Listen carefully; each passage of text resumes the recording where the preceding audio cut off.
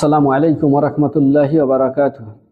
আজ শোনাবো সূরা ইউসুফের শানে নুজুল। সূরা ইউসুফের শানে নুজুল। নবীজি মাক্কি জীবনের শেষ দিনগুলোতে নাজিল হয় এই সূরা।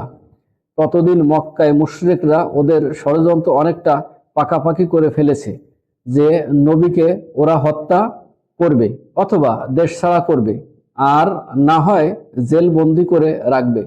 সেই সময় ফন্দি করে কয়েকজন মুশরিক এলো নবীজির কাছে।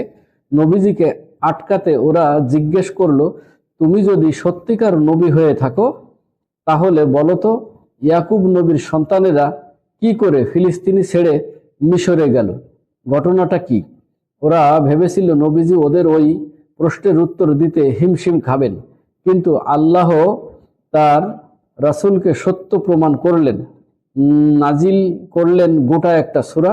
আল্লাহ শুধু মুশরিকদের জিজ্ঞাসার জবাব দেননি, বরং ঘটনার ধারাবাহিক বিবরণটাও মুশরিকদের সাথে কেমন খাপ খাইয়ে দিলেন।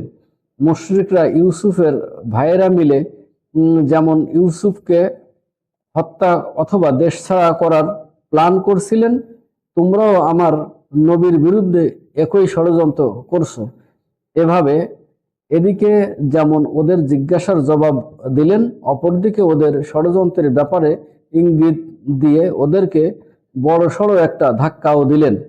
তবে এই সূরার অন্য একটি শানে নজুলও এসেছে তাফসিরে কিতাবে। কোরআন নাজিল শুরু হওয়ার পর 12 বছর কেটে গেল।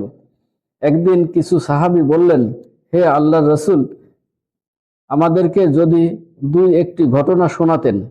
সাহাবীদের ঘটনা শুনবার তৃষ্ণা মেটাতে নাজিল হয় এই সূরা ইউসুফ।